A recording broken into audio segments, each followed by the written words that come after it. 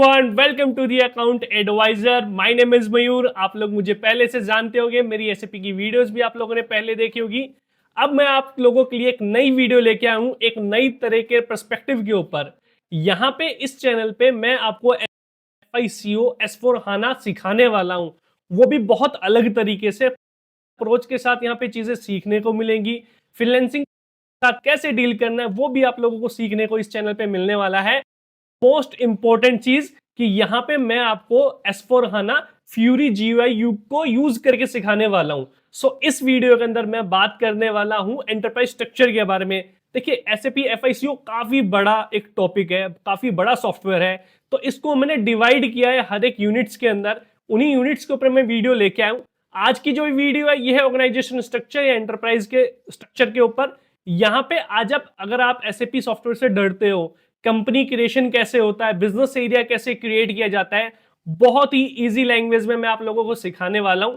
बिना नींद आए आप ये लोग ये समझ जाओगे कि एसएपी सॉफ्टवेयर के अंदर किस तरीके से कंपनी को क्रिएट चाहिए। और साथ ही साथ लोगों को यह भी बताने वाला हूं कि ईसीसी एंड हाना दोनों के अंदर क्या डिफरेंस है। सिर्फ लोगों की तरह नहीं बताऊंगा कि 90% सेम है, 10% डिफरेंस है, बट वाक्य में हाना बहुत ज्यादा डिफरेंस है। चेंजेस छोटे हैं लेकिन उसका इंपैक्ट मेजर है। उनको कैसे ठीक करना है, कॉन्फ़िगरेशंस को कैसा करना है, जैसे कि बिजनेस पार्टनर्स हैं उनकी configuration, end to end configuration कैसे होती है, asset accounting, new asset accounting कैसे की जाती है, न्यू जीएल में किस तरीके से काम करना है, ये सारी चीजें आपको यहां सीखने की मिलेंगी।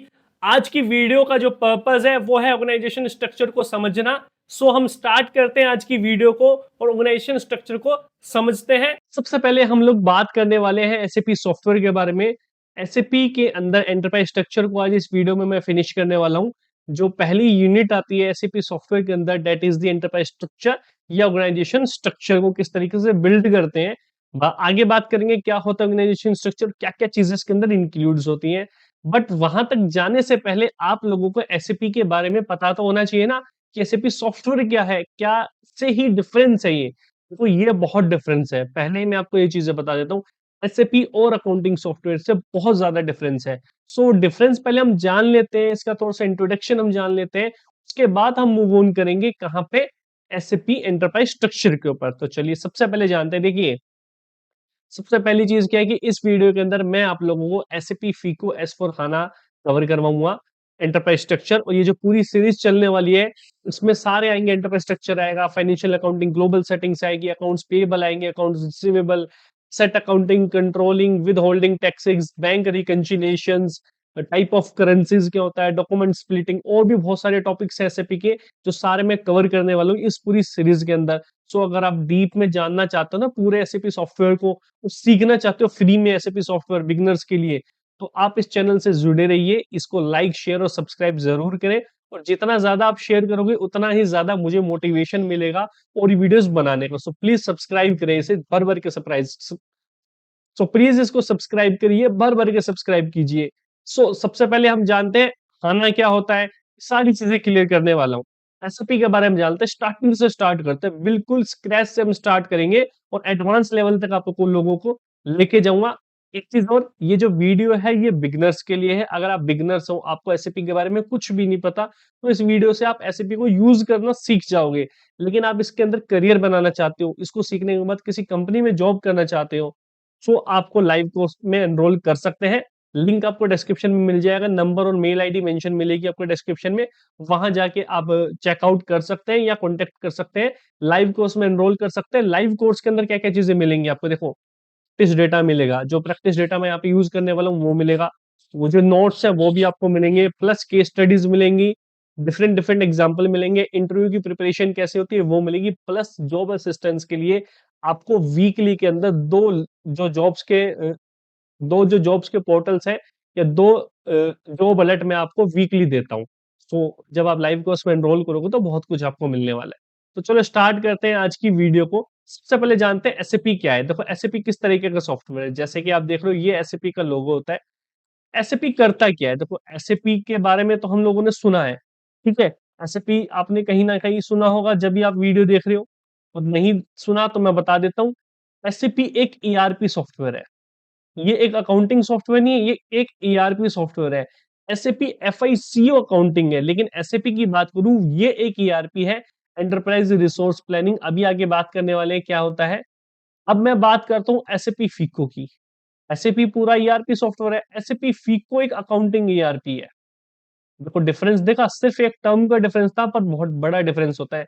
इंटरव्यू में आपको इसी तरीके से क्वेश्चन पूछे जाते हैं, सिर्फ छोटा सा डिफरेंस होता है, लेकिन आप वहां गलत बता देते हो। तो यहाँ पे अगर आप कनेक्ट रहोगे तो गलती नहीं होगी आपसे इंटरव्यू में, ये गारंटी है मेरी। सो एसएपी फीको एक अकाउंटिंग ईआरपी सॉफ्टवेयर है। जैसे आप लोगों ने टैली का नाम सुना होगा, टैली प्राइम को सब कोई जानता है, हर कोई जानता है। बीजी अकाउंटिंग सॉफ्टवेयर भी होता है, मार्क भी होता है, विंग ईआरपी भी होता है, ओरेकल्स भी होते हैं।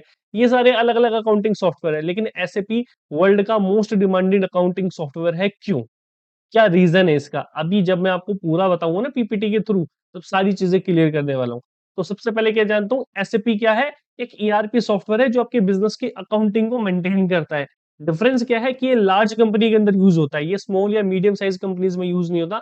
तो मीडियम साइज कंपनी भी एसएपी को यूज कर रही है, बट मेनली ये लार्ज कंपनीज के अंदर यूज होता है, जो उनका जो लार्ज डेटा होता है उनको कलेक्ट करके उनको एनालिटिकल रिपोर्टिंग प्रोवाइड करता है एसएपी के पास।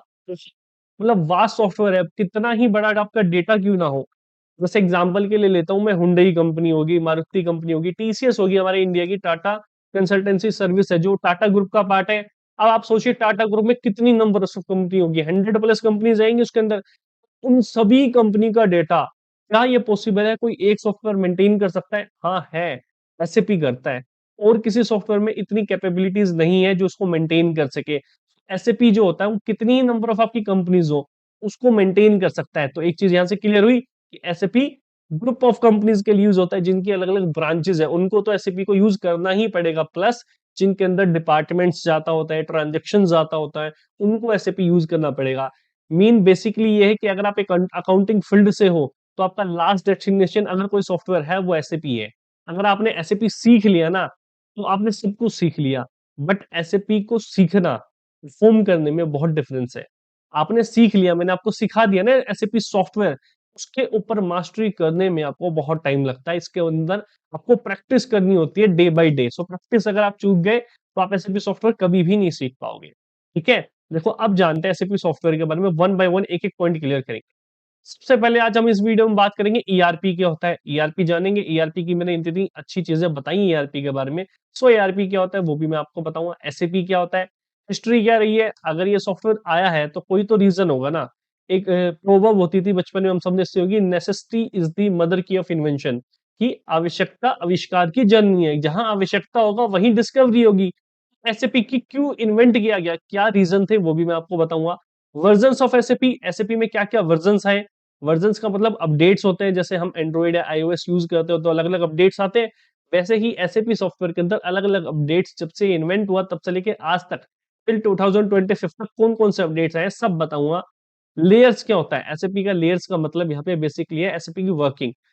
कोई भी सॉफ्टवेयर की वर्किंग आपको नहीं बताएगा किस तरीके से काम करता है, लेकिन मैं यहाँ पे सॉफ्टवेयर के बारे में बताऊंगा। सॉफ्टवेयर जब हम कोई डेटा इसके अंदर एंटर कर रहे हैं, कोई भी कीवर्ड डाल रहे हैं, तो वो डेटा हमारे पास किस तरीके से प्रेजेंट हो रहा है, ये लेयर्स के अंदर हम सीखेंगे। एसएपी के मॉड्यूल्स, देखो सॉफ्टवेयर तो एक ही है लेकिन इसके वर्जन्स अलग अलग है, मतलब वर्जन सॉरी, इसके अंदर मॉड्यूल्स अलग अलग है। एक तरीके से टाइप ऑफ प्रोडक्ट, जैसे अकाउंटिंग है तो उसके लिए एफआईसी हो गया। अगर कोई परचेज डिपार्टमेंट में काम करता है या मटेरियल का काम करता है तो मटेरियल मैनेजमेंट हो गया। कोई सेल्स का काम देखता है तो सेल्स एंड डिस्ट्रीब्यूशन, कोई प्रोडक्शन प्लानिंग करता है, प्लांट की प्लानिंग करता है तो पीपी हो गया, असेट को मैनेज करता है तो असेट मैनेजमेंट हो गया। तो इस तरीके से अलग अलग मॉड्यूल्स हैं। हम सिर्फ एक ही मॉड्यूल पे मास्टरी कर लिए वही सफिशिएंट है हमारे लिए। बाकी अगर आप अकाउंटिंग फील्ड से हैं तो आप एमएम सीख सकते हैं, एसडी मॉड्यूल सीख सकते हैं, एफआईसीओ सीख सकते हैं। तीनों इंटरलिंक होते हैं, वैसे इंटीग्रेटेड होते हैं तीनों। तो आई रिकमेंड कि आपको ये तीनों सीखने चाहिए। बट अगर बात करो मास्टरी की तो इन तीनों में से किसी एक मॉड्यूल पे भी आप मास्टरी करोगे तो सफिशिएंट है वो। उसके बाद बात करते हैं जॉब रोल्स। देखो इतनी अच्छी अच्छी तारीफ कर दी मैंने एसएपी के बारे में, तो जॉब वाइज करियर वाइज आपको क्या बेनिफिट है वो भी मैं आपको बताऊंगा। Career after SAP FICO, job role में मैं बताऊंगा जब आप एसएपी सीख लेते हो और कंपनी में काम करने जाते हो तो किस किस पोजीशन पे आपको हायर किया जाएगा, क्या क्या आपकी रेस्पॉन्सिबिलिटी होने वाली है वहां पे।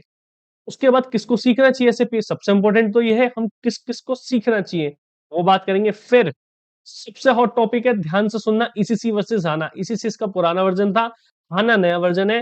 दोनों में डिफरेंसेस बहुत कम है। बट जो डिफरेंसेस है ना वो इतने मेजर इंपैक्ट करते हैं। अगर आपने कभी ईसीसी यूज किया ना, बहुत इजीली किया होगा ईसीसी, हाना मैं गारंटी दे रहा हूँ आपको बहुत एरर्स आएंगे और हाना आप ठीक से काम ही नहीं कर पाओगे उस पे। अगर आपको बेसिक नहीं पता हाना का, लाइव क्लासेस में मैं आपको हाना का पूरा बेसिक बताता हूँ। यहाँ पे देखो उतना बेसिक बताना इम्पॉसिबल है, लेकिन जितना हो सकता है मैं बेसिक से ही यहाँ पे स्टार्ट करता हूँ। लेकिन लाइव क्लासेस में हाना को हम डिटेल में सीखते हैं, तो इसलिए अगर आपको डिटेल में सीखना है तो आप लाइव क्लासेस को ज्वाइन कर सकते हैं। अब वन बाय वन हम सीखते हैं क्या क्या होता है। सबसे पहले ईआरपी के बारे में समझते हैं। देखो, हमने हमेशा सुना है एल ईआरपी सॉफ्टवेयर है, बीजी ईआरपी सॉफ्टवेयर है, मार्ग ईआरपी सॉफ्टवेयर है, ठीक है, एसएपी भी ईआरपी सॉफ्टवेयर। बट एक्चुअल में अगर कोई ईआरपी है पूरे दुनिया में जो एक्चुअल ईआरपी के वर्ड को क्लेरिफाई करता है तो वो एसएपी है। ईआरपी का मतलब क्या होता है? देखो, एंटरप्राइज रिसोर्स प्लानिंग, तीन चीजें इसमें, enterprise, resource and planning. Enterprise का मतलब क्या हो गया? बिजनेस। प्लानिंग का मतलब प्लान करना, रिसोर्सेज, रिसोर्सेज बिजनेस के वो रिसोर्सेज जिससे रेवेन्यू जनरेट होता है, जैसे कि अकाउंट्स डिपार्टमेंट हो गया, सेल्स डिपार्टमेंट हो गया, एडमिन डिपार्टमेंट हो गया, प्रोडक्शन डिपार्टमेंट्स हो गया। ये अलग अलग रिसोर्सेज का मतलब बिजनेस के अलग अलग डिपार्टमेंट्स होते हैं। देखो यहाँ पे accounting and financial management, human resources, CRM हो गया, business intelligence, supply chain, manufacturing, logistics. अलग अलग डिपार्टमेंट जो होता है ये अलग अलग रिसोर्सेज होते हैं। इन पूरे रिसोर्सेज की प्रॉपर प्लानिंग जो सॉफ्टवेयर कर सकता है वो ईआरपी कहलाता है। और जो जितने अच्छे से करेगा वो उतना अच्छा ईआरपी कराएगा। तो इस पूरी दुनिया के अंदर, पूरे अपने अर्थ के अंदर एसएपी से बेस्ट सॉफ्टवेयर कोई नहीं है जो ईआरपी की प्लानिंग कर सकता है, जो ईआरपी को क्लैरिफाई कर सकता है, एंटरप्राइज की रिसोर्सेज की प्लानिंग कर सकता है। कैसे? मुझे आप एक बात बताओ, मेरी कंपनी है, मेरी कंपनी के अंदर 1000 एम्प्लॉयज है, अलग अलग डिपार्टमेंट्स है, हजारों करोड़ का रेवेन्यू है। क्या मैं अकाउंटिंग का, एचआर का अलग अलग सॉफ्टवेयर यूज करूँ? अगर मैं एसएपी यूज नहीं कर रहा था, नॉर्मल सॉफ्टवेयर यूज कर रहा हूँ, तो अलग अलग सॉफ्टवेयर यूज करूंगा। क्या मैं कभी रिपोर्ट्स ले पाऊंगा, कलेक्ट कर पाऊंगा? रियल टाइम रिपोर्ट्स नहीं मिलेगी मेरे को कभी भी। अलग अलग सॉफ्टवेयर होंगे, 100% मुझे एरर्स आएंगे। लेकिन एसएपी एक ईआरपी सॉफ्टवेयर है, मैंने क्या बोला? एसएपी ईआरपी है। एसएपी फीको अकाउंटिंग ईआरपी है, ठीक है। एसएपी ईआरपी सॉफ्टवेयर है, इसमें आप अकाउंटिंग का काम भी कर सकते हो, एचआर का काम भी कर सकते हो, प्रोडक्शन प्लानिंग का भी कर सकते हो, लॉजिस्टिक्स का भी कर सकते हो, वेयर हाउस का भी कर सकते हो। मतलब सिंगल सॉफ्टवेयर है जो आपको सारी चीजें प्रोवाइड करेगा। यही तो इसकी स्पेशलिटी है कि सिंगल सॉफ्टवेयर के अंदर आपको सारी चीजें मिलेंगी, बस आपको यूज करना आना चाहिए। इतना कुछ होने के बाद भी मैं आपको कहता हूँ सिर्फ आपको एक मॉड्यूल में मास्टरी करना है। हम फीको सीख रहे हैं, फीको पे मास्टरी रखो, आप किसी और पे अभी मत रखना, नहीं तो कंफ्यूज हो जाओगे। जैसे जैसे हम सीखेंगे यहाँ पे आपको चीजें क्लियर होती जाएंगी। तो ये था ईआरपी क्या होता है। इसके बाद देखो एसएपी क्या होता है। एसएपी की फुल फॉर्म होते हैं system application and product in data processing. System application and product in data processing, क्योंकि ये डेटा को प्रोसेस करता है, लास्ट से लास्ट डेटा को बहुत इजीली प्रोसेस कर सकता है एसएसपी। देखो, कलेक्ट करता है, स्टोर करता है, प्रोसेस करता है डेटा को across business application and function in one simplified platform. मतलब क्या है कि एक सिंप्लीफाइड प्लेटफॉर्म होगा, प्लेटफॉर्म एक ही एसएपी, और फंक्शन जितने भी डिपार्टमेंट्स होते हैं ना बिजनेस के, उन सबको रेगुलेट करने की कैपेबिलिटी होती है इसके अंदर। बिजनेस यूज एसएपी सॉफ्टवेयर क्योंकि उनको लास्ट डेटा सेट जो होता है उनसे performance report, sales figure, other critical data. Simple सी है, बोर्ड ऑफ डायरेक्टर डिसीजन कब ले पाएंगे? जब उनके पास एक्यूरेट डेटा होगा, एनालिटिकल रिपोर्टिंग होगी, रियल टाइम रिपोर्टिंग होगी, रियल टाइम डेटा होगा। एसएपी ही वो सॉफ्टवेयर है जो लास्ट डेटा पे काम कर सकता है, और कोई सॉफ्टवेयर काम नहीं कर सकता। एसएपी देखो मोस्टली यूज सॉफ्टवेयर होता है ईआरपी पूरी दुनिया के अंदर। ये एक कम्युनिकेशन बनाए रखता है डिपार्टमेंट के बीच। जैसे कम्युनिकेशन का मतलब क्या हुआ कि एक डिपार्टमेंट की इन्फॉर्मेशन दूसरे डिपार्टमेंट की इन्फॉर्मेशन दोनों को इंटीग्रेट करके हमें रिपोर्ट्स प्रोवाइड करता है। तो कम्युनिकेशन बना के रखता है डिपार्टमेंट के बीच। उसके बाद करते हैं हिस्ट्री ऑफ एसएपी। हिस्ट्री क्या रही है एसएपी की?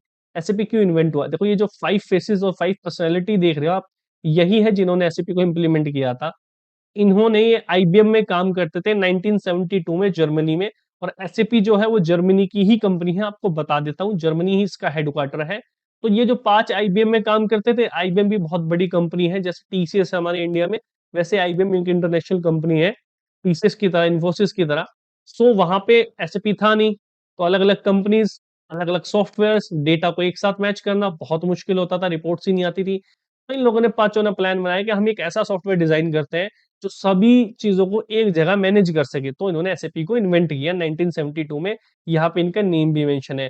तो इन्होंने नाम रखा था सिस्टम एनालिसिस प्रोग्राम डेवलपमेंट, इनकी कंपनी का नाम था, जो कि बाद में एसएपी में कन्वर्ट हो गया। अब देखो, कंपनी का नाम क्या है? एसएपी, और इसके प्रोडक्ट का नाम भी एसएपी ही है, ये याद रखना। इसके बाद वर्जन्स ऑफ एसएपी। अब देखो एसएपी के वर्जन्स को समझने के लिए पहले सॉफ्टवेयर के लेयर्स समझ लेते हैं हम। लेयर्स का मतलब क्या होता है?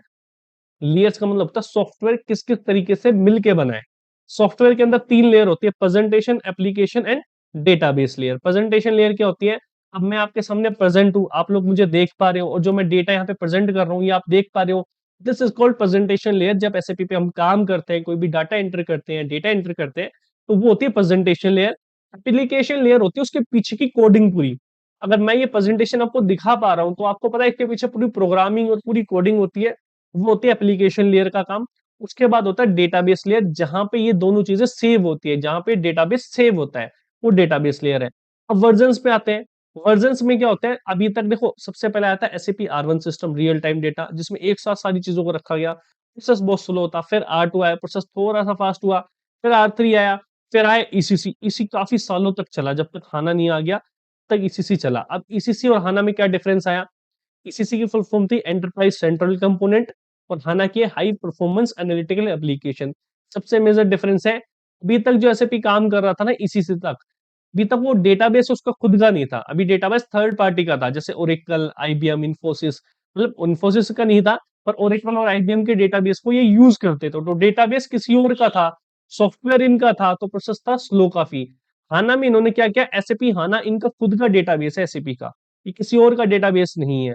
तो इसमें इनकी स्पीड में बहुत ज्यादा डिफरेंस आया। आपने फ्यूरी का नाम सुना होगा, वो एसएपी हाना के अंदर ही है। क्या होती है? जब आप डिटेल्स में लाइव क्लासेस लोगे तब आपको फ्यूरी का यूसेस भी मैं आपको क्लासेस में बताने वाला हूँ। तो ये था ईसीसी और हाना के ऊपर, enterprise central component, high performance analytical application. Last जो मेरी स्लाइड है उसके अंदर मैं ईसीसी हाना डिटेल में बताऊंगा आप लोगों को। अब आता है हमारा एसएपी के मॉड्यूल्स, जिसको मैंने बताया था मॉड्यूल्स इसके प्रोडक्ट्स होते हैं एसएपी के। अब इसको मैं दो कैटेगरी में डिवाइड कर देता हूँ, एक तो फंक्शनल, एक टेक्निकल। टेक्निकल आप समझिए, जिसको प्रोग्रामिंग आती है वही टेक्निकल मॉड्यूल को रख सकता है। जैसे मैंने बताया ना, एप्लीकेशन लेयर पे जो काम करता है वो टेक्निकल मॉड्यूल्स होते हैं, जैसे बेसिस हो गया, नेट वेवर हो गया, और सबसे famous ABAP, SAP ABAP. ABAP क्या होती है? एसएपी प्रोग्रामिंग लैंग्वेज होती है। जितनी भी वर्किंग हम करते हैं सब अबैप डिजाइन करके देता है, बेसिस पर्सन डिजाइन करके देते हैं, ये टेक्निकल। अब ये जितने भी आप मॉड्यूल्स देख रहे हो ना अलग अलग, ये सब फंक्शनल है। एसएपी सेल्स एंड डिस्ट्रीब्यूशन, यहाँ पे हम एसएपी एफआईसीओ सीखेंगे, तो वहाँ पे नहीं आइटम क्रिएट करेंगे, सेल्स क्रिएट करेंगे। हम फाइनेंस और कंट्रोलिंग से रिलेटेड चीजें सीखेंगे। एसडी में सेल्स एंड डिस्ट्रीब्यूशन आता है। एफआई में देखो फाइनेंशियल अकाउंटिंग और कंट्रोलिंग दोनों सीखने वाले हैं। एसेट मैनेजमेंट आता है, ये human capital management, workflow, project system, warehouse management, plant maintenance, quality management, production planning, MM material management.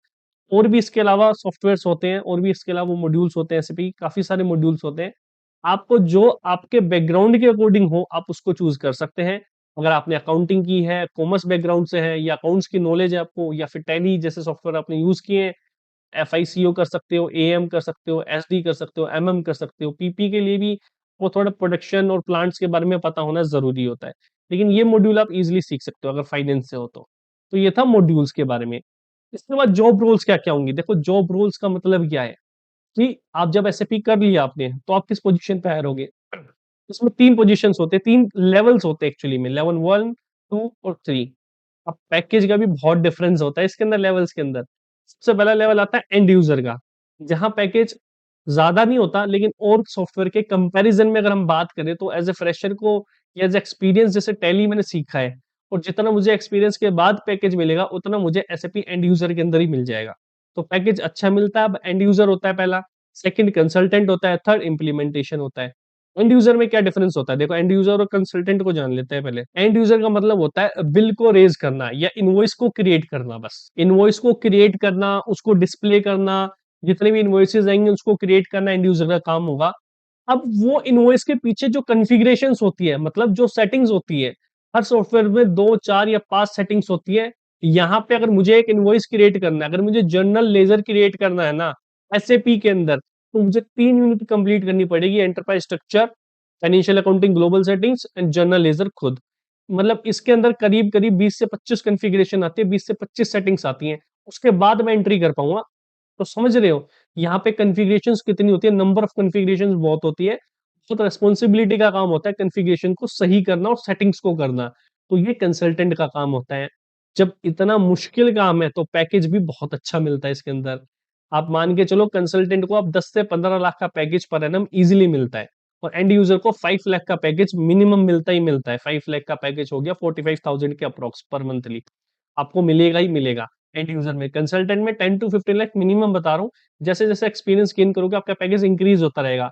और थर्ड आता है इम्प्लीमेंटेशन, सबसे हाईएस्ट पैकेज, सबसे ज्यादा रिस्पॉन्सिबिलिटी वाली जॉब होती है। इसमें क्या होता है कि मेरी कंपनी है, मुझे एसएपी इंप्लीमेंट कराना है, तो मैं कॉन्टेक्ट करूंगा एसएपी से। अब वहां से टीम आएगी फंक्शनल कंसल्टेंट की और टेक्निकल, कोडिंग वाले भी आएंगे और नॉन कोडिंग वाले भी आएंगे। अच्छा, टेक्निकल के लिए आपको कोडिंग का आना जरूरी है, याद रखना। तो ये दोनों आके एसएपी मेरे कंपनी के अंदर इंप्लीमेंट करेंगे, मुझे सिखा के भी जाएंगे, ट्रेनिंग भी देके जाएंगे। 2 से 3 महीने का प्रोसेस होता है ये। अब जो इम्प्लीमेंटेशन के अंदर होता है उसका पैकेज 40 से 50 लाख इजीली होता है। तो पैकेज बहुत अच्छा होता है इम्प्लीमेंटेशन के अंदर। ये रेस्पॉन्सिबिलिटी होता है, पूरा एसएपी को डिजाइन करते हैं। बेसिकली क्या होता है, ये कोई फ्री सॉफ्टवेयर नहीं होता जिसको हम यूज कर सकते हैं, ये हमें इम्प्लीमेंट करवाना होता है। और इम्प्लीमेंट जब हम इसको करवाते हैं, तब जैसा हम सॉफ्टवेयर चाहते हैं, जैसा डिजाइन चाहते हैं, जैसे कस्टमाइजेशन चाहते हैं इसके अंदर, वो हम कर सकते हैं इसके अंदर। सो एसएपी इम्प्लीमेंटेशन लेवल 3 ये है। इसके बाद बात करते हैं कौन कौन इसको कर सकता है। देखो, सॉफ्टवेयर को सबसे इंपॉर्टेंट है, तो किसी ने भी कॉमर्स के किससे ग्रेजुएशन करी है, कोई डिप्लोमा किया हुआ है, पीजी किया हुआ है अकाउंट्स या कॉमर्स से रिलेटेड, ठीक है, फाइनेंस से रिलेटेड, या फिर जिसने अकाउंटिंग सॉफ्टवेयर, टैली, बीजी, जोहो बुक्स, इस तरीके के सॉफ्टवेयर सीखे हुए हैं, या फिर जिसकी बेसिक अकाउंटिंग क्लियर है। मेन फोकस क्या है कि आपका बेसिक अकाउंटिंग अगर अच्छी है और ग्रेजुएशन है आपके पास, तो आप इजिली इस सॉफ्टवेयर को कर सकते हो, जॉब लग सकती है। ग्रेजुएशन भी मैं इसलिए बोल रहा हूँ ताकि आपको जॉब मिलने में आसानी हो। अदरवाइज सीखने के लिए आपको सिर्फ बेसिक अकाउंटिंग आनी चाहिए, that's it. Professional accountant and CA भी इसको सीख सकते हैं। उसके बाद कैरियर आफ्टर एसएपी एफआईसीओ, मेन चीज कि अगर हमने सॉफ्टवेयर सीख लिया तो डिफरेंस क्या डिफरेंस आएगा हमारी करियर जर्नी के अंदर, क्या हमें बेनिफिट मिलने वाला है। तो बहुत हाई डिमांड है एसएपी की, 5 से 10 लाख रुपए ईयरली इसके पैकेज मिलता ही मिलता है। इंडिया के अंदर देखो, कॉग्निजेंट 7,50,000 दे रही है, इन्फोसिस 8,20,000 दे रहा है, रॉबर्ट बॉश 820 दे रहा है, 10 लाख डेलोइट दे रहा है, और एसएपी लैब्स के नाम से इंडिया में ही कंपनी है एसएपी की, जो 13 लाख का पैकेज देती है। कंसल्टेंट का पैकेज है ये, जितना भी आप देख रहे हो, ठीक है। तो ये डिपेंड करता है आपके एक्सपीरियंस के ऊपर, आपके इंटरव्यू के ऊपर, आपको काफी अच्छा पैकेज मिलता है। अगर आप एसएपी लैब्स इंडिया में जाओगे तो ये पॉसिबिलिटी है कि आप कंसल्टेंट के लिए जा रहे हो और 20 लाख का पैकेज आपको इजीली मिल सकता है, कोई बड़ी बात नहीं है इसके अंदर। तो पैकेज बहुत अच्छा है, लेकिन पैकेज इसलिए अच्छा है क्योंकि सॉफ्टवेयर बहुत हार्ड है। लेकिन with me, with Mayur, you can easily learn this software very easily. इसको बहुत इजिली सीख पाओगे। तो इस ये जो वीडियो है ना, अभी तो आज तो सिर्फ हम एंटरप्राइज स्ट्रक्चर सीखेंगे, नेक्स्ट वीडियो में मैं आपको फाइनेंशियल अकाउंटिंग ग्लोबल सेटिंग्स बताऊंगा। अगर ये आपने पूरी सीरीज कंप्लीट करी और पूरी वीडियो लास्ट तक देखी, तो आप कंपनी क्रिएट करना सीख जाओगे एसएपी के अंदर किस तरीके से किया जाता है। और इन डिटेल अगर इसको सीखना चाहते हो तो लाइव कोर्स में एनरोल कर सकते हो, लिंक आपको डिस्क्रिप्शन में मिल जाएगा, नंबर और मेल आईडी, कॉन्टैक्ट कीजिए। लाइव बैच हमारा स्टार्ट होने ही वाला है, सो आप एनरोल कर सकते हैं। लाइव बैचेस भी मिलेगा, रिकॉर्डेड क्लासेस भी मिलेगी, सारी चीजें मिलेंगी आपको आपकी स्टडीज के लिए। अब जो सबसे इंपॉर्टेंट चीज है, ईसीसी और हाना के बीच में डिफरेंसेस क्या क्या है, क्या ईसीसी है, क्या हाना है, अब मैं आपको डिफरेंस बताता हूँ उसके बीच का। देखो, ईसीसी क्या है? ECC older version of SAP है एंड हाना लेटेस्ट वर्जन है। Full form enterprise central component and HANA की हाई परफॉर्मेंस एनालिटिकल एप्लीकेशन। सबसे पहले डिफरेंसेस ये है। दूसरा, ईसीसी वर्क करता था थर्ड पार्टी के डेटाबेस पे, ओरेकल, आईबीएम पे। हाना वर्क करता है खुद के डेटाबेस पे। एसएपी सॉफ्टवेयर जो उसका प्रोडक्ट है, हाना उसका सर्वर का नाम है। देखो, सिंपल सी चीज ध्यान से समझना, एसएपी ईसीसी सॉफ्टवेयर का नाम है, और यहाँ पे अब सॉफ्टवेयर का नाम क्या है, एसएपी, एसएपी एस4 हाना। एसएपी ईसीसी सॉफ्टवेयर का नाम है और डेटाबेस का नाम था ओरेकल। एसएपी हाना डेटाबेस का नाम है और सॉफ्टवेयर का नाम है एसएपी एस4 हाना। तो एस4 हाना का मतलब आप लोग यहाँ पे समझ चुके होंगे। इसके बाद स्पीड यहाँ पे स्लो होगी, थर्ड पार्टी का डेटाबेस है, हाना में खुद का डेटाबेस है हाना, तो यहाँ पे स्पीड ज्यादा अच्छी होगी। ये ट्रेडिशनल जीयूआई यूज करता था, ये फ्यूरी जीयूआई है, एडवांस जीयूआई है, उसको यूज करता है। जीयूआई होते हैं ग्राफिकल यूजर इंटरफेस, जो आपको स्क्रीन दिखती है, उसमें प्रेजेंटेशन कैसी होती है, ये जीयूआई पे डिपेंड करती है। उसके बाद मोस्टली कंपनी ईसीसी यूज करती है, आज भी इंडिया में माइग्रेट नहीं हुए आना पे, दैट्स ट्रू कि 80% कंपनी आज भी इंडिया के अंदर ईसीसी पे ही काम करती है, और जो 20% है वो हाना पे काम करती है, या जो नए स्टार्टअप वो सीधे डायरेक्ट हाना पे काम करते हैं। लेकिन जो पुरानी कंपनीज थी वो ईसीसी से माइग्रेट करके हाना पे आ जाएगी 2031 तक, सारी की सारी बहुत जल्दी आने वाली है हाना को। तो ये था ईसीसी और हाना के बीच में डिफरेंसेस। अब यहाँ पे, अब जो इस वीडियो के अंदर हम बात करने वाले हैं, इंट्रोडक्शन कंप्लीट हो चुका है एसएपी का। अब बात करेंगे ऑर्गेनाइजेशन स्ट्रक्चर की। ऑर्गेनाइजेशन स्ट्रक्चर के अंदर हम क्या चीजें सीखेंगे? कंपनी को क्रिएट करना। कंपनी, देखो ये ऑप्शन है, कंपनी क्या होती है, कंपनी कोड क्या होती है, फिर assignment of company code to company business area credit control area and assign company code to credit control area. बस इतना ही आज की वीडियो हम सीखने वाले हैं। नेक्स्ट वीडियो में हम फाइनेंशियल अकाउंटिंग ग्लोबल सेटिंग्स खोलेंगे। क्लियर है? तो चलिए अब इसको स्टार्ट करते हैं। ये जो इतने स्टेप्स हैं, सबसे पहले ये जानते हैं कि असाइनमेंट क्या होता है, कंपनी कंपनी कोड क्या होती है। बहुत ही बेसिक चीजें हैं, ज्यादा इसमें कंफ्यूज होने की जरूरत नहीं है, ना ही मेरे होते हुए आप लोग कंफ्यूज होंगे। मैं आपको बहुत अच्छे से क्लियर करूंगा कंपनी और कंपनी कोड में डिफरेंस क्या है। देखो, कंपनी से मतलब यहाँ पे क्या है? कंपनी का मतलब आपको पता है, एसएपी ज्यादातर ब्रांचेस के लिए यूज होता है या एमएनसीज के लिए यूज होता है। तो कंपनी का यहाँ पे मतलब है सीधा सीधा ग्रुप ऑफ कंपनी, कि जो ग्रुप ऑफ कंपनी का नाम होगा वो आगा कंपनी में। और कंपनी कोड के अंदर क्या आएगा? बाय द वे, अगर आपको ये नोट्स चाहिए, अगर आप चाहते हैं, जो नोट्स में यहाँ पे हैंड रिटन लिख रहा हूँ, अगर आपको ये चाहिए देखने के लिए, तो आप मेल पे मेरे को मैसेज कर सकते हैं, दिए गए नंबर पे कॉन्टेक्ट कर सकते हैं। डिस्क्रिप्शन में मिल जाएगा, मैं आपको ये नोट्स है प्रोवाइड करवा दूंगा। कंपनी कोड में क्या आएगी? Individual company. सो अब कंपनी कोड के अंदर क्या आएगी? इंडिविजुअल कंपनी जो है उसकी बात करेंगे। इसका देखो सीधा सा मीनिंग है कि अगर मैं एग्जांपल के लिए ले लेता हूँ टाटा ग्रुप। टाटा ग्रुप है, अब टाटा ग्रुप के अंदर काफी सारी कंपनीज आती हैं। एक इसके अंदर कंपनी होगी टीसीएस, ठीक है। एक इसके अंदर आ गई तनिष्क, तनिष्क भी टाटा ग्रुप का पार्ट है। एक इसमें आ गया टाइटन आईवीआर। ऐसा नहीं हम हर किसी के लिए अलग अलग सॉफ्टवेयर यूज करेंगे, एक सिंगल सॉफ्टवेयर ही यूज करेंगे। टीसीएस टीसीएस हो, या तनिष्क हो, या टाइटन आईवीआर हो, या फिर टाटा ग्रुप हो। अब ये जो टाटा ग्रुप है ना, इसको डालेंगे हम कंपनी के अंदर, ठीक है। और ये हमारे बनेंगे कंपनी कोड।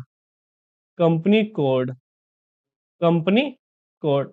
तो ये जो मेन कंपनी है ना, उसके अंदर कंपनी कोड आपको मिलेंगे।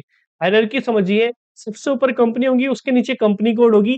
उसके बाद जो भी आप वर्किंग करोगे, चाहे आप जनरल लेजर की करो, अकाउंट्स पेबल की करो, अकाउंट रिसीवेबल की करो, सारा का सारा वर्किंग जो है आपका डेडिकेटेड कंपनी कोड में होगा। जैसे मुझे कोई डॉक्यूमेंट रेज करना है जनरल लेजर का, मुझे इनवॉइस पास करना है जनरल लेजर का, तो मैं से ये पूछेगा एसएपी सिस्टम कि किस कंपनी कोड में आप ये पोस्ट करना चाहते हो, तो मैं कंपनी कोड मेंशन करूंगा। अगर मैंने ये कंपनी कोड मेंशन किया, ये किया, तीनों के तीनों कंपनी कोड मेंशन करूंगा, तो इनडायरेक्टली जाएगा किसमें? टाटा ग्रुप के अंदर जाएगी वो एंट्री जो है, टाटा ग्रुप के अंदर जाएगी ना। इस तरीके से काम करती है, पूरा एसएपी इंटीग्रेटेड है। अगर आपने वो इंटीग्रेशन को समझ लिया तो आपने एसएपी की जंग जीत ली है, मान लो। तो हमें इंटीग्रेशन को ही समझना है, कैसे इंटीग्रेटेड है पूरा का पूरा एसएपी सॉफ्टवेयर। तो सबसे ऊपर होती है कंपनी, कंपनी के नीचे आता है कंपनी कोड। एक ग्रुप ऑफ कंपनी होती है जिसके नीचे काफी सारी अलग अलग कंपनी होती है। तो हर कंपनी का एक कोड होता है पर्टिकुलरली, जिससे हम उसको पहचानते हैं, उसी को कंपनी कोड कहा जाता है एसएपी के अंदर। जनरली भी हम उसको कंपनी कोड ही कहते हैं। तो कंपनी कोड बना देंगे तीनों अलग अलग, और ये कंपनी के अंदर बना देंगे। अब क्या करेंगे? दोनों अलग अलग बनाए, अब इन दोनों को जोड़ना भी तो पड़ेगा ना। जोड़ने के लिए हम वर्ड यूज कर रहे हैं असाइनमेंट। आप एसएपी के अंदर देखोगे कि हम हर चीज को असाइन करेंगे कंपनी कोड के साथ। जैसे मैंने क्रेडिट कंट्रोल एरिया बनाया, क्रिएट करूंगा, फिर असाइन करूंगा कंपनी कोड के साथ। मैंने चार्ट ऑफ अकाउंट बनाया, क्रिएट करूंगा, असाइन करूंगा कंपनी कोड के साथ। क्योंकि जब मैं डॉक्यूमेंट पोस्ट करता हूँ तो कंपनी कोड पूछा जाता है ना। तो जैसे मैं कंपनी कोड सेलेक्ट करूंगा, वहां पे उसके अंदर जितनी कन्फिग्रेशन होगी, वो ऑटोमेटिकली वहां जर्नल लेजर में मुझे शो हो जाएगी। डोंट वरी, हो सकता है आपके लिए चीजें थोड़ी सी मुश्किल हो, लेकिन जैसे आप जर्नल लेजर तक पहुंचोगे ना मेरे साथ, आप चीजें इजीली समझ लोगे। इसके बाद बात करते हैं हम, कंपनी हो गया, कंपनी कोड हो गया। उसके बाद अगर हमने बात की कि बिजनेस एरिया क्या होता है, क्रेडिट कंट्रोल एरिया, ये वन बाय वन हम देखेंगे। तो चलिए स्टार्ट करते हैं। सबसे पहले हम एसएपी का सॉफ्टवेयर का ओवरव्यू जान लेते हैं, क्या क्या होता है। देखो, ये मेन स्क्रीन होती है एसएपी की, जिसको एसएपी इजी एक्सेस कहा जाता है। ये वाली स्क्रीन कौन सी होती है? पहली स्क्रीन जो होती है एसएपी सॉफ्टवेयर को ऑन करने के बाद, वो होती है एसएपी इजी एक्सेस। ओके, इसी को एंड यूजर स्क्रीन कहा जाता है। एंड यूजर जो होता है वो इसी पे ज्यादातर मैक्सिमम अपनी वर्किंग करता है। यहाँ पे सबसे पहले क्या होता है? मेन्यू बार होता है ये, ठीक है। यहाँ पे मेन्यू, एडिट, फेवरेट, एक्स्ट्रा, ये आपके ऑप्शन दिखेंगे। इसके बाद ये एक ऑप्शन होता है एग्जीक्यूट का, ये कमांड बार होता है। जितने भी टी कोड्स हम यूज करते हैं वो यहीं पे मेंशन करते हैं। अच्छा, जो शॉर्टकट कीज होते हैं ना अलग हर सॉफ्टवेयर के अंदर, उसको एसएपी के अंदर हम टी कोड कहते हैं। टी कोड का मतलब होता है ट्रांजेक्शन कोड। किसी भी ट्रांजेक्शन तक पहुंचने का शॉर्टकट मेथड टी कोड कहलाता है। अगर लोग जाएंगे, जैसे मुझे यहाँ पे जनरल लेजर में जाना है, तो एसएपी इजी एक्सेस अकाउंटिंग में जाऊंगा, फाइनेंशियल अकाउंटिंग में, फिर जनरल लेजर में ऐसे जाना पड़ रहा है, और सीधा जाना है तो इस यहाँ पे टी कोड मेंशन कर दूंगा, उसका ट्रांजेक्शन कोड FB50 होता है GL का, तो मैं मेंशन करूंगा, जैसे सीधा डायरेक्ट वहां पे पहुंच सकता हूँ। ये इस तरीके से होता है टी कोड। उसके बाद ये सेव का ऑप्शन, ये बैक का, ये ऑफ करने का, लॉग ऑफ का होता है। जब आप सॉफ्टवेयर को लॉग ऑफ करो, मतलब एग्जिट करना चाहते हो, तो Shift+F3 दबाइए या लॉग ऑफ कीजिए यहाँ से। ये कैंसिल का ऑप्शन होता है, यहाँ पे प्रिंट का है, ये फाइंड का, फाइंड अगेन का, ये फर्स्ट पेज, ये प्रीवियस पेज, ये देन आ गया नेक्स्ट पेज, ये आ गया लास्ट पेज, और ये है सेशंस। न्यू GUI विंडो कहते हैं इसका। इसका मतलब होता है कि मैं मान लो किसी चीज, किसी टॉपिक के ऊपर किसी कॉन्सेप्ट पे काम कर रहा हूँ, मैं जर्नल लेजर पे काम कर रहा हूँ, और मुझे अकाउंट्स पेबल पे जाके देखनी है कोई सेटिंग्स, तो मैं इसको बार बार बैक करूँ तो वो सारा हट जाएगा, फिर दोबारा से आना पड़ेगा मुझे। तो मैं यहाँ से न्यू सेशन क्रिएट कर देता हूँ, जो एज इट इज इसके जैसा ही होगा। जैसे 6 सेशन हम SAP के अंदर क्रिएट कर सकते हैं, उसके बाद क्रिएट नहीं कर सकते, और 6 भी एक साथ करोगे तो सॉफ्टवेयर हैंग कर सकता है। तो कोशिश करो 2-3 तक से ज्यादा ना करो। इसके बाद ये आता है शॉर्टकट। अगर हमें कोई शॉर्टकट जनरेट करना है तो हम यहाँ से कर सकते हैं, ये लेआउट का ऑप्शन आता है, और ये मेरा हेल्प का ऑप्शन होता है। उसके इसको कहते हैं स्टैंडर्ड टूल बार। इसके बाद आता है title bar, SAP easy access screen का नाम। ये एप्लीकेशन टूल बार होता है, यहाँ पे यूजर्स वगैरह होते हैं, और ये मेन्यू ट्री होता है जिसमें फेवरेट्स आपको दिख रहा है और SAP मेन्यू दिख रहा है। इस मेन्यू में देखो, मुझे अकाउंटिंग यूज करना है, अकाउंटिंग में लॉजिस्टिक यूज करना है, लॉजिस्टिक्स में HR वाला यूज करना है, HR। तो एक ही सॉफ्टवेयर के अंदर सारी चीजें दिखी ना आपको, यही होता है SAP को, इसलिए एकदम बेस्ट ERP कहा जाता है। उसके बाद देखो यहाँ पे होता है स्टेटस बार, इसको यहाँ से मैं क्लिक करूंगा तो स्टेटस बार आएगा। यहाँ पे जैसे आप क्लिक करोगे ना तो आपको दिख जाएगा जो भी आप यूजर, प्रोग्राम, ट्रांजेक्शन कोड करूंगा तो ट्रांजेक्शन कोड मेरे को यहाँ पे शो होगा हमेशा। तो इस तरीके से SAP इजी एक्सेस पे ऑप्शंस होते हैं डिफरेंट डिफरेंट। ये पहली स्क्रीन होती है, इसको एंड यूजर स्क्रीन कहते हैं। सेकंड स्क्रीन होती है SPRO। इस कमांड बार में SPRO मेंशन करो, एंटर करो। SPRO होते हैं SAP प्रोजेक्ट रेफरेंस ऑब्जेक्ट। यहाँ पे क्या होता है, जो भी प्रोजेक्ट्स क्रिएट होते हैं वो SPRO स्क्रीन के ऊपर होते हैं। जैसे कि मुझे काम दिया गया है कि मुझे कंपनी क्रिएट करनी है खाली, तो मेरे को एंटरप्राइज स्ट्रक्चर का प्रोजेक्ट के अंदर मेरे को प्रोजेक्ट असाइन होगा, उसके अंदर सिर्फ ऑप्शंस मुझे कौन से दिखेंगे, एंटरप्राइज स्ट्रक्चर के। अगर मुझे जर्नल लेजर करवाना है तो जर्नल लेजर के दिखेंगे, तो वो यहाँ से एग्जीक्यूट होता है, इसको SPRO स्क्रीन कहते हैं। इसके बाद आती है SPRO के बाद यहाँ से आप SAP रेफरेंस IMG पे क्लिक कीजिए। जैसे क्लिक करोगे तो डिस्प्ले IMG आपको दिखेगी, यही होती है मेन स्क्रीन, जिसको कहते हैं कंसल्टेंट स्क्रीन। यही होती है main screen, display IMG implementation guide. IMG का मतलब कंसल्टेंट जो होता है, जो कॉन्फ़िगरेशन करता है, सेटिंग्स करता है, वो इसी स्क्रीन पे करता है। और सबसे ज्यादा जो इंटीग्रेशन का पार्ट जो होता है वो इसी स्क्रीन पे होता है, तो इसको कंसल्टेंट स्क्रीन कहा जाता है। यहीं पे हमें वर्किंग सीखनी है, एंड यूजर की भी सीखनी है और डिस्प्ले IMG दोनों की वर्किंग हमें सीखनी है, जो कि हम टाइम के साथ सीख जाएंगे। ठीक है, तो यहाँ पे हम कॉन्फ़िगरेशन कर सकते हैं। अब यहाँ से SAP इजी एक्सेस तक जाने के लिए स्लैश और N को दबाएंगे, SAP इजी एक्सेस तक हम इजीली पहुंच जाएंगे, कोई प्रॉब्लम नहीं आएगी। तो ये था SAP इजी एक्सेस। ठीक है, ये आपका एक ओवरव्यू था सॉफ्टवेयर के बारे में, सॉफ्टवेयर किस तरीके से काम करता है, कौन कौन सी स्क्रीन होती है। तो हम हमारे टॉपिक को स्टार्ट करेंगे आज के। टॉपिक है एंटरप्राइज स्ट्रक्चर। सबसे पहले हम कंपनी क्रिएट करेंगे, तो कंपनी क्रिएट करने के लिए टी कोड होता है OX15। या अगर आप नेविगेशन से जाओ तो कमांड बार में हम कहा जाना पड़ेगा, डिस्प्ले IMG पे। अब डिस्प्ले IMG पे जाना है तो SAP इजी एक्सेस से या तो आप SPRO करो, फिर SAP रेफरेंस IMG करो, या सीधा SAP इजी एक्सेस से, SAP इजी एक्सेस से डिस्प्ले IMG तक पहुंचने का एक टी कोड होता है, जो कि होता है SIMG। ये ECC में नहीं था, ये हाना के अंदर ही है। पॉइंट नोट कर लेना, पहला पॉइंट मैंने आपको बता दिया है, ECC वर्सेस हाना के अंदर। SIMG करेंगे यहाँ पे और एंटर करेंगे, आ गया डिस्प्ले IMG। इसके बाद जाएंगे फाइनेंशियल अकाउंटिंग, नहीं, इसके बाद जाएंगे हम एंटरप्राइज स्ट्रक्चर के अंदर। ठीक है, डिस्प्ले IMG से सीधा जाएंगे enterprise structure, definition, financial accounting और डिफाइन कंपनी। ये इसके आगे जो है ये डॉक्यूमेंटेशन है, इस पे क्लिक करोगे तो इस ऑप्शन के रिगार्डिंग आपको इन्फॉर्मेशन इसके अंदर मिल जाएगी। ठीक है, इसको क्लोज करो। अब यहाँ डिफाइन कंपनी पे जाइए। डिफाइन कंपनी में हम चले गए, या the data is logged by user, this can be display only. इसका मतलब है इस ये यूजर जो है भी डिफाइन कर रहा है कंपनी।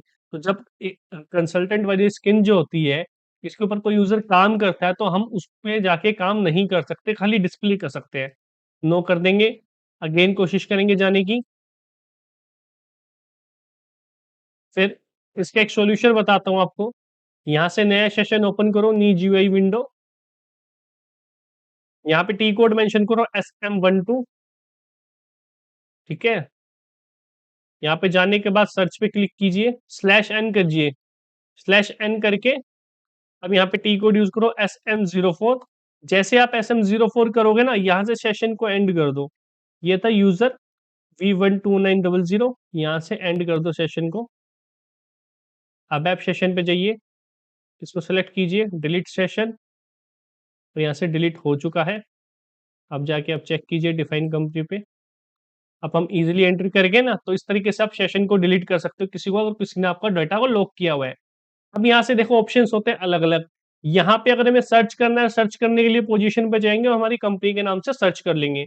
सर्च नहीं करना, आप न्यू एंट्री पे जाओ डायरेक्ट। न्यू एंट्री पे जाने के बाद कंपनी सेलेक्ट करो। मेरा कंपनी का क्या है, देखिए मैंने यहाँ पे पूरा टेबल बनाई हुई है इसकी। कंपनी क्या है मेरी, accounts advisor group. Accounts advisor group, इसका कोड क्या है, AAGM। ऐसे कोड डालेंगे AAGM। ठीक है, और यहाँ पे अकाउंट्स,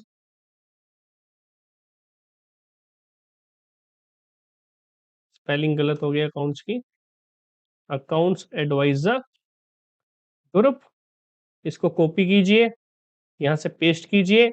ट्रीट, अब यहाँ से आप एड्रेस डाल सकते हो। मैं एक सैंपल एड्रेस मेंशन कर सकता हूँ, जो भी आपकी कंपनी की डिटेल है आप यहाँ पे मेंशन कीजिए। पीओ बॉक्स नंबर यहाँ से मेंशन कीजिए, पोस्टल कोड मेंशन कीजिए, सिटी मेंशन कीजिए, नारनौल हरियाणा। ठीक है, कंट्री क्या है, इंडिया, IN। देखो इसमें ये जो सर्च का ऑप्शन आ रहा है ना, अगर आपको कोड पता है, आपकी कंट्री का क्या कोड है, तो मेंशन कर दो, नीचे ऑप्शन आएगा सेलेक्ट कर लेना। नहीं पता तो या तो आप F4 प्रेस कीजिए या फिर इस वाले ऑप्शन पे क्लिक कीजिए, आपको सारी कंट्री दिख जाएगी। अब यहाँ से आपको यहाँ वाले ऑप्शन पे जाना है, फाइंड वाले पे। फाइंड पे जाके इंडिया सर्च कीजिए, इंडिया, एंटर। आ गया ये कोड IN, इस पर डबल क्लिक करो, तो आपको यहाँ पे दिख जाएगा आपका कोड IN। ऐसे लैंग्वेज की मुझे पता है, EN इंग्लिश के लिए है, इंग्लिश मैंने कर दी, करेंसी INR कर दूंगा। ठीक है, अब एक चीज याद रखना, इस पूरी स्क्रीन के ऊपर, इस पूरी कंपनी क्रिएशन की स्क्रीन के ऊपर जो हम ग्रुप बना रहे हैं, इसके अंदर सबसे इंपॉर्टेंट चीज क्या है, कंट्री को मेंशन करना। कंट्री को मेंशन करना सबसे इंपॉर्टेंट है। अगर आप कंट्री मेंशन नहीं करोगे तो स्क्रीन ये सेव नहीं होगी। एंटर कर दीजिए। अब यहां से सेव करना है। अब जब आप सेव करोगे तो आपसे ट्रांसपोर्ट रिक्वेस्ट पूछी जाएगी। ट्रांसपोर्ट रिक्वेस्ट क्या होती है, जब ये ट्रैक करने के लिए होती है, जो पूरा मेरा सर्वर है, ये जिस सर्वर पे मैं काम कर रहा हूँ, जैसे वो क्लाइंट है, जिसके अंदर एक क्लाइंट नाम से वर्ड आपने सुना होगा, क्लाइंट। क्लाइंट क्या होता है, क्लाइंट एक डेडिकेटेड सर्वर होता है। SAP ने हमें एक सर्वर दिया, उसके अंदर भी हमने छोटे छोटे अलग अलग सर्वर क्रिएट कर लिए। तो क्लाइंट क्या होता है, एक डेडिकेटेड सर्वर होता है। जैसे मेरा 400 क्लाइंट है, इस क्लाइंट के अंदर या इस सर्वर के अंदर जितनी भी कंपनीज होंगी, सबकी ट्रांसपोर्ट रिक्वेस्ट कुछ ना कुछ जनरेट होगी, तो सबकी एक जगह में दिख जाएगी। बेसिकली अगर मैं ये देखना चाहूं कि मैंने पिछली बार क्या काम किया था, तो मैं ट्रांसपोर्ट रिक्वेस्ट के जरिए देख सकता हूं। टेबल्स के अंदर जाके वो सिखाऊंगा किस तरीके से देखा जाता है। अभी के लिए आपके पास ये ऑप्शन आए, तो आपको यहाँ से क्रिएट पे जाना है। क्रिएट रिक्वेस्ट पे जाके यहाँ पे डिस्क्रिप्शन देना है। मैंने दिया AAGM एंटरप्राइज स्ट्रक्चर। ठीक है, तो इसको यहाँ से सेव कर देंगे। अब इसको यहाँ पे सेव कर देंगे। अब हमारा डेटा सेव हो चुका है। अगर आपको किसी भी टॉपिक में, किसी भी कॉन्सेप्ट में, किसी भी ऑप्शन में डाउट हो, तो कमेंट सेक्शन में पूछना ना भूलें, मैं आपको कमेंट्स में ही रिप्लाई कर दूंगा आपकी प्रॉब्लम्स का। अब यहाँ से मैंने कंपनी क्रिएट कर ली है, बैक जाके मैं देख भी सकता हूँ। पोजीशन में जाओ, सर्च करो AAGM, enter, account advisor group, दिख गई ना। इसी तरीके से मैं क्या क्रिएट करूंगा, कंपनी कोड। कंपनी कोड के लिए टी कोड होता है OX02। लेकिन हम अगर पूरा उससे जाएंगे तो देखो यहाँ पे थर्ड ऑप्शन है, edit, copy, delete, check company code. सबसे पहले जाएंगे SAP इजी एक्सेस, SIMG, फिर जाएंगे enterprise structure, definition, financial accounting and edit, copy, delete, check company code. इस पर क्लिक करेंगे हम। एक चीज हमें यहाँ पे ध्यान रखनी है कि हमें किसी का भी कंपनी कोड कॉपी, डिलीट या चेक, मतलब कॉपी नहीं करना कंपनी कोड। क्योंकि अगर आपने किसी का भी कंपनी कोड कॉपी किया और उसने कोई गलत कॉन्फ़िगरेशन की है, गलत सेटिंग्स, तो वो आपके में कॉपी हो जाएगी, तो उसका इफेक्ट आपकी कंपनी में भी तो दिखेगा। इसलिए कॉपी नहीं करना, खुद का क्रिएट करना है। एडिट कंपनी कोड डेटा पे जाना है, यहाँ से न्यू एंट्री पे जाना है, कंपनी कोड सेलेक्ट करना है। हमने डाला AA01। अच्छा ऑलरेडी बना हुआ है, हमें ऐसा डालना है जो नहीं हो। AAG1 करते हैं। AAG1 नहीं है तो हमें ये बनाना है कंपनी। कंपनी का नाम है अकाउंट्स एडवाइजर प्राइवेट लिमिटेड, मेरी कंपनी का नाम है। सिटी यहाँ से क्या है, नारनौल। कंट्री या रीजन इंडिया, IN से मेरे को देखो, GS नहीं EN, IN, इंडिया को सेलेक्ट करो। देखो ये जो टिक दिख रहा है ना, इसका मतलब मैंडेटरी है फील्ड। ये करेंसी क्या करेंगे, INR, इंडियन रुपीज। उसके बाद INR, इसके बाद लैंग्वेज इंग्लिश। अब जैसे ही मैं एंटर करूंगा तो मेरे पास एक स्क्रीन ओपन होके आएगी जिसमें एड्रेस डिटेल हमें मेरे को मेंशन करनी है कंपनी की। एंटर किया, कंट्रोल S किया, देखो ये एडिट एड्रेस की स्क्रीन ओपन होके आई। यहाँ पे आप कंपनी का एड्रेस अच्छे से मेंशन कर सकते हो। टाइटल में डालिए कंपनी, यहाँ पे डालिए अकाउंट्स एडवाइजर प्राइवेट लिमिटेड। पूरी डिटेल आप यहाँ पे मेंशन कर सकते हैं। यहाँ पे AAPL, ठीक है, स्ट्रीट हाउस नंबर, जो भी चीज आपको मेंशन करनी है कंपनी के एड्रेस को मेंशन कर सकते हैं। यहाँ जो मैंडेटरी फील्ड है वो कंट्री रीजन है, तो यहाँ से IN करके मैं फील्ड करूंगा, एंटर करूंगा और यहाँ से इस पे कंटिन्यू कर दूंगा। Make a entry in, country reason पे नहीं हुई, देखो यहाँ पे IN करना है इंडिया, इस पे कंटिन्यू पे क्लिक करो। अब यहाँ से सेव कर देंगे हम इसको। अब मैंने क्या किया, एंटरप्राइज स्ट्रक्चर जो मैंने क्रिएट किया था उसमें कंपनी क्रिएट कर ली, ग्रुप ऑफ कंपनी, और कंपनी कोड, दो चीजें मैंने बहुत अच्छे से क्रिएट कर ली है। अब कंपनी और कंपनी कोड दोनों क्रिएट की, इन दोनों को जोड़ देंगे। जोड़ने को क्या कहेंगे, असाइन करना, जोड़ना, assignment. So we need to assign company with the respected company code.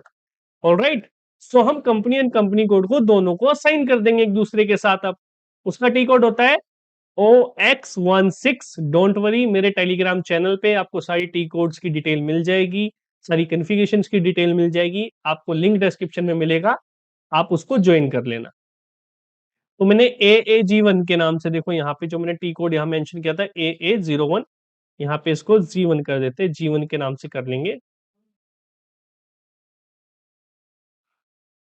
AAG1 enter.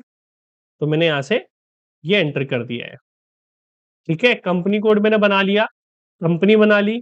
अब असाइनमेंट करने का टाइम आ चुका है। असाइनमेंट के लिए हम इसको बंद करेंगे डेफिनेशन को, डिस्प्ले एमजी पे आएंगे, SAP easy access SIMG, display MG आ गई।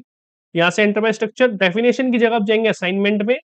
असाइनमेंट के बाद financial accounting, assign company code to company पे जाएंगे, क्लिक करेंगे। The data is load by V129600। कोई नहीं, हमारे पास सोल्यूशन है। अब एक नए सेशन क्रिएट करेंगे, ये वाला, इसी को करेंगे दोबारा। अब web session, display and delete, web session, delete session. ठीक है, अब इसको assign company code to company पे जाएंगे,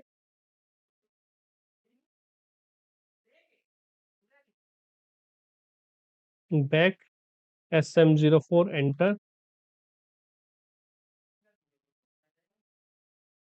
वेब सेशन, डिलीट सेशन। अब यहाँ पे assign company code to company पे जाएंगे, ये डाटा लॉग्ड है। Assign company code to company पे जाएंगे, अब कंपनी में जाएंगे, आ गया। अब यहाँ तक, यहाँ पे जाने के बाद पोजीशन पे जाएंगे, कंपनी कोड सेलेक्ट करेंगे, AAG1 enter, back back back. क्या कंपनी है, कंपनी क्या थी मेरी, AAGM एंटर।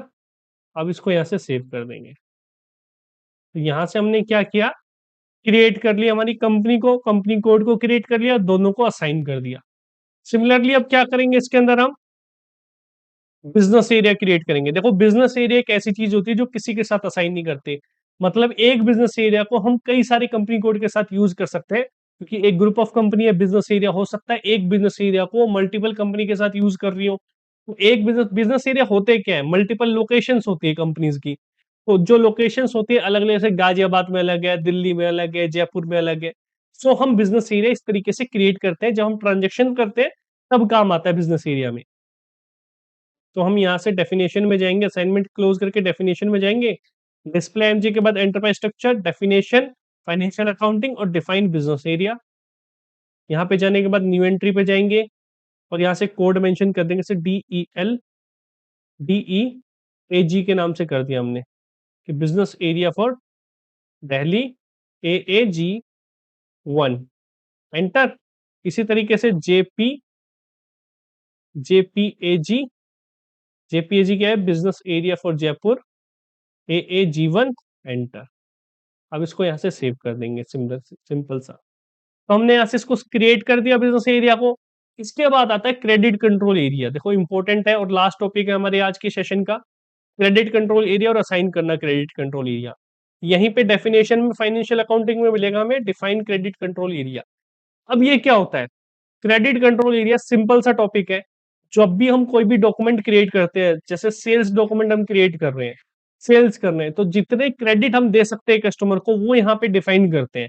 कितना उधार दे सकते हैं, जैसे मैंने कर दिया 10 लाख, तो 10 लाख से ज्यादा टोटल बिलिंग में कर ही नहीं सकता। 20 लाख कर दिया तो 20 लाख से ऊपर बिलिंग नहीं कर सकता मैं उसको। तो यार क्रेडिट कंट्रोल एरिया वैसे एसडी का पार्ट होता है proper, but main basic configuration क्या है इसकी, हम क्रेडिट कंट्रोल एरिया बनाएंगे और उसको कंपनी कोड के साथ असाइन कर देंगे। तो न्यू एंट्री पे जाएंगे, क्रेडिट कंट्रोल एरिया पूछ रहा है, मैंने बना लिया AAG1 के नाम से ही। करेंसी यहाँ पे INR जरूर देनी है। उसके बाद कुछ नहीं, सिर्फ क्रेडिट लिमिट मेंशन कर दो, मैंने 20 लाख कर दी, एंटर किया और यहाँ से इसको सेव कर दिया, बस दैट्स इट।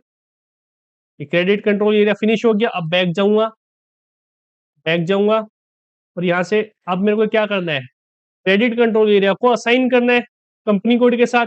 तो डेफिनेशन वाले को बंद करूंगा। देखो यहाँ पे मैं आपको ये भी सिखा रहा हूँ कि यहाँ पाथ तक कैसे पहुंचा जाता है। टी कोड्स तो इसके मिल ही जाएंगे। अब मैंने डेफिनेशन में जाके क्रिएट किया, असाइनमेंट के लिए असाइन करने के लिए असाइनमेंट में जाऊंगा। तो display IMG, enterprise structure, assignment, financial accounting, then assign company code to credit control area.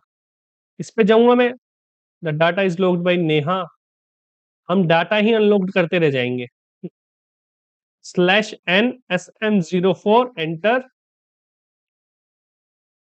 अब हमें ये देखना पड़ेगा नेहा यूजर का है, ये रहा नेहा।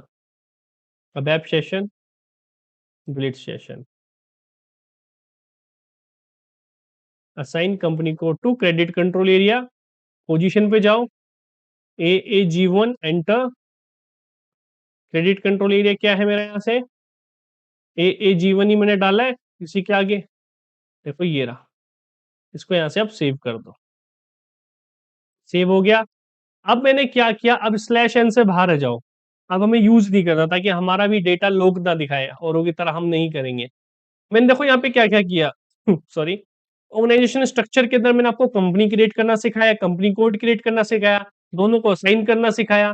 फिर मैंने बिजनेस एरिया क्रिएट करना सिखाया, फिर एक क्रेडिट कंट्रोल एरिया क्या होता है बताया, और क्रेडिट कंट्रोल एरिया को कैसे कंपनी कोड के साथ असाइन करना है वो भी चीजें आपको डिटेल में सिखाई है। पूरा ऑर्गेनाइजेशन स्ट्रक्चर आपका फिनिश होता है यहाँ पे। एक पार्ट आपको मैं यहाँ पे सिखाता हूँ, जो ट्रांसपोर्ट रिक्वेस्ट मैंने क्रिएट की थी ना, वो कैसे शो होती है दिखाता हूँ। देखो यहाँ यहाँ यहाँ पे जाइए, कमांड बार में SE10 एंटर करेंगे हम। 10 करने के बाद ट्रांसपोर्ट है, यहाँ से डिस्प्ले पे जाइए, यहाँ से आपको ट्रांसपोर्ट रिक्वेस्ट दिखेगी। देखो ये थी AAGM एंटरप्राइज स्ट्रक्चर, इस पे क्लिक करो। इस पे कस्टमाइजिंग टास्क में आपने क्या किया, इस पे क्लिक करो। तो आपने जो जो किया है ना कंसल्टेंट स्क्रीन पे, आपको सब यहाँ पे शो होगा। देखो असाइन की company code to company, define company करी, बिजनेस एरिया बनाया, कंपनी कोड बनाया, क्रेडिट कंट्रोल एरिया बनाया, और कंपनी कोड से क्रेडिट कंट्रोल एरिया को लिंक किया। तो यहाँ से आपको पता है कि आपने कौन कौन सी कॉन्फ़िगरेशन की है। तो अगर आपने मिस की होगी तो यहाँ से आपको पता चल जाएगा, अदरवाइज तो कैसे पता चलेगा। तो इसलिए ट्रांसपोर्ट रिक्वेस्ट जरूरी होती है। ये हमें ट्रांसपोर्ट बता देती है, जो हम काम करते हैं उसका ट्रांसपोर्टेशन किस तरीके से किया हुआ है ना हमने, वो सारी चीजें डिटेल में हमें पता चल जाता है। टी कोड क्या होता है इसका, SE10, और SAP इजी एक्सेस तक पहुंचने के लिए /N। सो गाइस ये था पूरा enterprise structure, organisation structure SAP FICO S/4HANA का। बहुत डिटेल में मैंने बताई है। अगर आप लोग अभी तक इस वीडियो में बने हुए हैं, इसका मतलब आप लोगों ने कंपनी को क्रिएट करना इजीली सीख लिया है। देखो कंपनी क्रिएट करना कितना कॉम्प्लिकेटेड था एसएपी में, कंपनी कोड, सारी चीजें मैंने आपको बहुत डिटेल में और बहुत इजी तरीके से सिखाई है। ऐसे ही पूरा एसएपी FICO मैं आपको गारंटीड सिखाऊंगा, वो भी बहुत इजी तरीके से। प्लस मैं आपको कॉन्फ़िगरेशन और इंटीग्रेशन का रोल क्या होता है, किस तरीके से उनको लिंक करना है, ये सारी चीजें सिखाने वाला हूं। सो अगर आप एक बिगिनर्स हो तो ये वीडियोस आपके लिए सफिशिएंट रहने वाली है, पूरी सीरीज एसएपी FICO की। बट अगर आप प्रो बनना चाहते हो या अपना करियर बनाना चाहते हो इस फील्ड के अंदर, तो आपको डिटेल में कॉन्फ़िगरेशन जाननी होगी SAP FICO को। तो उसके लिए आप क्या कर सकते हो, लाइव कोर्स को एनरोल कर सकते हो। लिंक आपको डिस्क्रिप्शन में मिल जाएगा, नंबर्स एंड मेल आईडी मिलेगी, आप कांटेक्ट कीजिए। तो चलिए मिलते हैं लाइव कोर्स के अंदर।